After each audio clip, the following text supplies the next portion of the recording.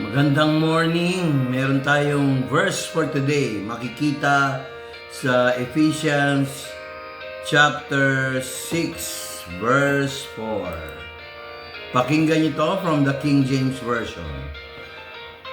And ye fathers, provoke not your children to wrath, but bring them up in the nurture and admonition of the Lord. Napakaganda ng text na to kasi very timely kasi nung panahon ni Jesus Christ, nung piniredict niya yung end times, talagang pinalaalalahanan tayo na darating ang araw, magulang at mga anak ay magkakalaban at nasa last days na tayo. Ito ay tip para sa mga magulang. Hindi naman natin sinasabing hindi natin pwedeng idisiplina ang mga anak natin. Pero tingnan nyo rin yung edad, tingnan nyo rin yung maturity. Minsan, ginajudge natin ang mga bata kaya nagiging rebelde. Tingnan nyo, pakinggan nyo yung Tagalog. Ito po ang Tagalog version. At kayong mga ama, huwag ninyong ipamungkahi sa galit ang inyong mga anak, kundi tingnan ninyong turuan sila ayon sa saway at aral ng Panginoon. Ulitin ko At kayong mga ama, huwag ninyong ipamungkahi sa galit ang inyong mga anak, kung hindi inyong turuan sila ayon sa saway at aral ng Panginoon. To be fair naman mga kapatid, hindi lang po ang ama, kung hindi yung ina. Pero dito sa context na to, ang last say talaga, kung tutusin, kahit siya pa ang breadwinner, ay ang ama. Maraming magulang ngayon, dahil hindi naman sila tumatalima sa gawain ng Diyos, nagiging rebelde ang mga anak. Iba yung disiplina dun sa puro galit, puro puot ang nakikita ng anak mula sa ama. At iba talaga ang disiplina ng ama pagdating sa mga anak. Well, sabi nila case-to-case basis. Pero may bibigay ako sa inyo kung ba't maganda tong verse na to. Kaya maraming huwag kayo ma-offend may mga bakla, tomboy. Alam nyo ba kung ano ibig sabihin yan? May katuruan tayo dyan. Kasi, hindi ito para ihamak ang kahihiyan ng mga anak o kaya ng mga magulang. Isang manifestation ng pagiging tomboy o kaya bakla, alam nyo kung ano? Unconscious anger sa magulang. Yan po ang totoo. Kaya ako nasasabihan, may aral sa Biblia, pero hindi natin itatopic yan. Kasi pag tinapik natin yan, hahaba. So hanggang dito lang tayo. Sabi niya rito, sa verse 4, at kayong mga ama, huwag ninyong ipamungkahi sa galit. Ang sabi rito, ipamungkahi. Huwag niyo i-provoke, huwag niyong hamunin sa galit ang inyong mga anak. Kung hindi, inyong turuan sila ayon sa saway at aral ng Panginoon. Kaya lang, may mga magulang din, kahit obviously mali, because of pride, ayaw din magpakorek sa mga anak. O halimbawa, ang edad ko, 60 plus na ako 64 na ako. Minsan, imbis na sumakit ang ulo ko, nahayaan ko misis ko kaya mga anak ko magdesisyon. May mga oras din na bigyan mo ng laya ang mga anak mo magdesisyon. Lalo na, katulad ko, retired na ako. Alam nga namang laging ako masusunod kahit obviously may limitasyon din ako. Meron din limitasyon yung mga anak ko kaya pwede ko rin silang pagsabihan. Kailangan vice versa. Pag meron kayong sagutan sa inyong mga anak, ikaw bilang ama, minsan alam mo nang obviously nagkamali ka rin, or to save the relationship, Maganda lapitan mo yung anak mong babae o lalaki, magsabi ka ng sorry. Hindi yan kababaan ng dignidad. Yan ay kababaan ng pride. Para ma-save ang relationship ng father and son, father and daughter, mother and daughter, mother and son. Pag nakita nyo po itong video to, i-share nyo. Bibigyan ko kayo ng halimbawa. Ba't ito ang topic natin? Aanin mo yung mahal na araw kung hindi mo mai-apply sa bahay ito. Sabi ni Jesus Christ, pakinggan nyo to ha. Di ba sabi niya sa Matthew chapter 6? Di ba yung dasal ni Jesus Christ? Oh.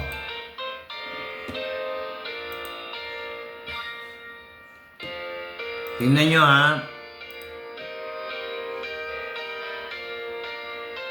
Sa element of prayer, mapapansin nyo, napaka-importante ng salitang forgiven. Tingnan nyo ha, hindi ako bookish pero kailangan.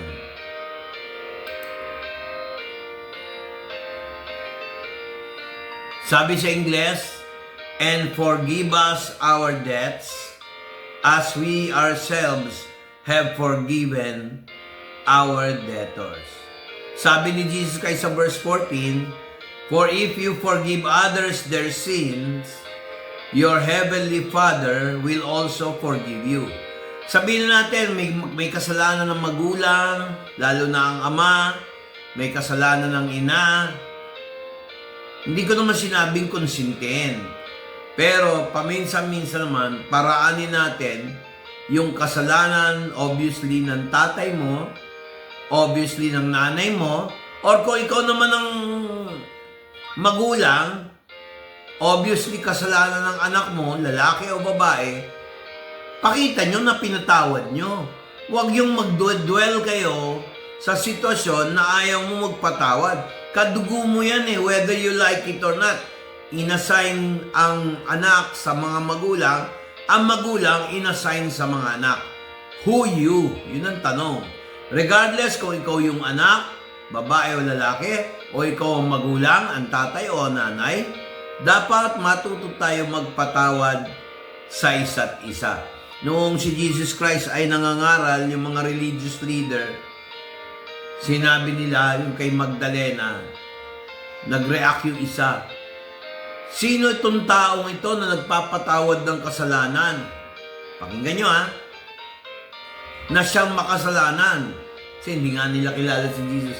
Kailangan pa ba namin patawarin yon? Ang hindi alam ng Pariseo, hindi lang si Jesus ang may karapatang magpatawad. Sa bawat tao, kaya nga sinabi niya itong lesson na to, as we forgive those who has forgiven us.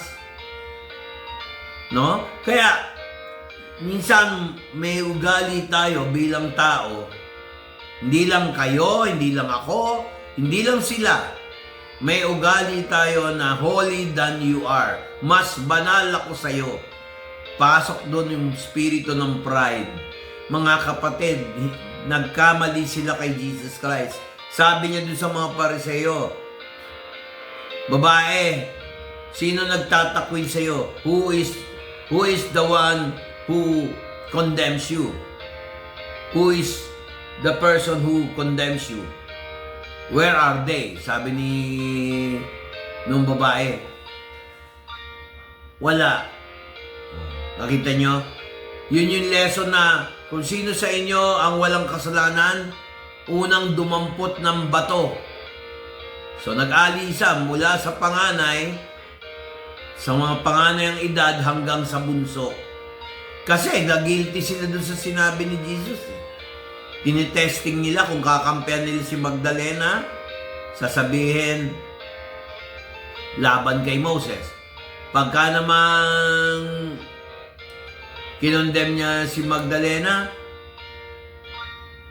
babatuhin naman ng bato siya, no? Sabihin nila walang compassion. So mga kapatid, ang lesson dito, simple lang sa isang verse.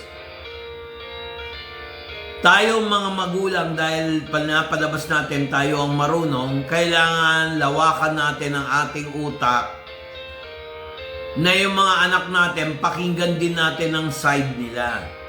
Miski sabihin mong obviously mali sila, miski obviously may kalokohan sila, pakinggan lang natin, pakita natin na nagkikare tayo. O halimbawa, hindi nagbago, pinakinggan mo talagang mali, o doon ka lang pumasok ng katuwiran mo rin. Pero kung ayaw niyo tanggapin, huwag mo pilitin. Kasi yung anak, marirealize din niya yung mali niya. And sometimes, tayo mga magulang, matagal na tayong may problema, nasaktan natin ang kalooban ng ating anak, hindi tayo marunong magsalita ng magic word. Anak, sorry. Ano ba naman yung umiyak ka sa anak mo? Sabihin mo, sorry. Walang mali doon. Hindi bumaba yung estado mo bilang magulang. Kaya tayong mga magulang, maging magandang example. Ngayon, pag tayo naman na nagkamali, sorry, at hindi tinanggap ng anak mo, wala ka ng problema ron. Siya na may problema sa Diyos. Kaya kayong mga asawa o mga anak, pag lumapit naman sa inyo ang inyong magulang at nag-sorry, matuto kayong magpatawad. Kasi kung ang katwiran nyo, papa, mama, ikaw ang gumawa ng kalokohan, ikaw ang gumawa ng kasalanan, kaya aanihin mo yung kasalanan na yon. Kung ganun ang katwiran nyo, hindi mo pinatawad ang magulang mo, hindi gaganda ang buhay mo. Kasi sabi ni Jesus Christ, honor your father and your mother. Regardless kung anong estado, may promise ang Lord. Gaganda ang iyong buhay. Huwag na huwag kayong magtatanim ng galit sa inyong mga anak. Ganon din kayong mga anak, huwag din kayo magtatanim ng galit sa inyong magulang. You will not be blessed. Hindi ko naman sinabing, konsintihin mo yung tatay mo, konsintihin mo yung nanay mo. At least huwag ka magtanim ng galit. Kaya mga kapatid, I am not perfect, pero sabi ni Lord, i-preach mo to.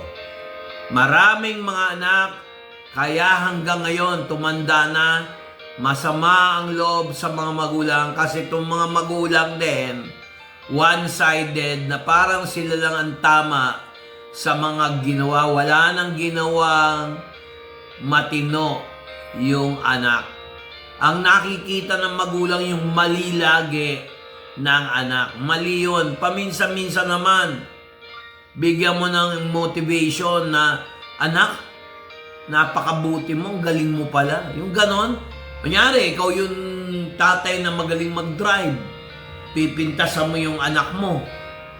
Imbis na turuan mo, pipintasan mo pa. Hindi ba nakaka-demotivate yung kapatid?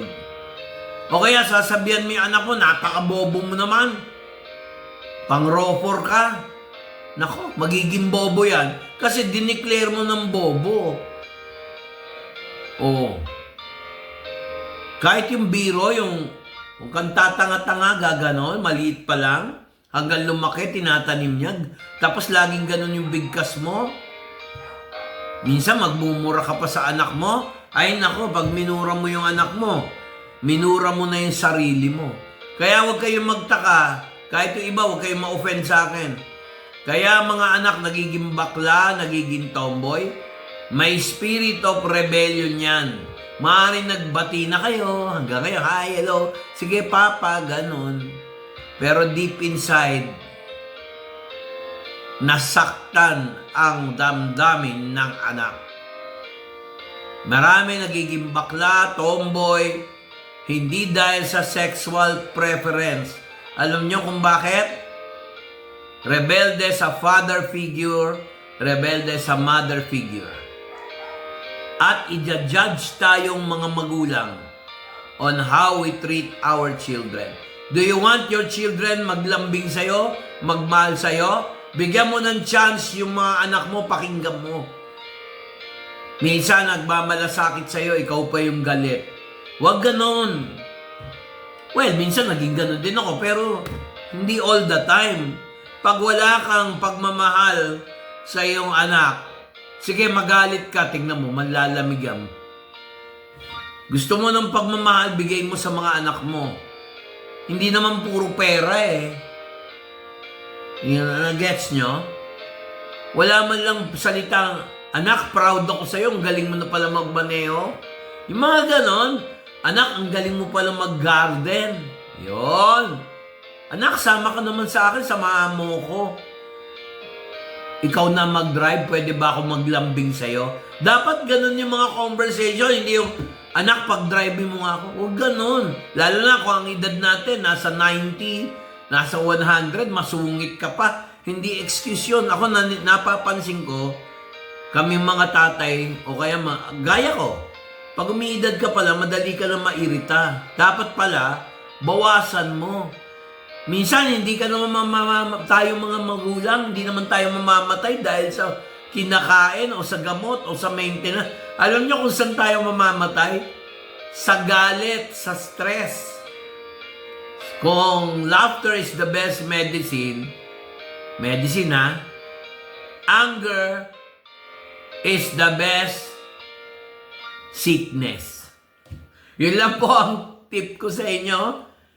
Kaya ako lang nasasabi yun kasi I practice what I teach. Huwag niyong palakihin ang anak niyo puro galit. Pero hindi ko naman sinabing huwag mong disiplinahin. Mali naman yun. Oy, kayo mga anak, matuto naman kayong mahalin ang inyong magulang. In spite of their limitation, in spite of their weaknesses, in spite of the level of physical and spiritual blessing. Hanggang dito na lang po tayo.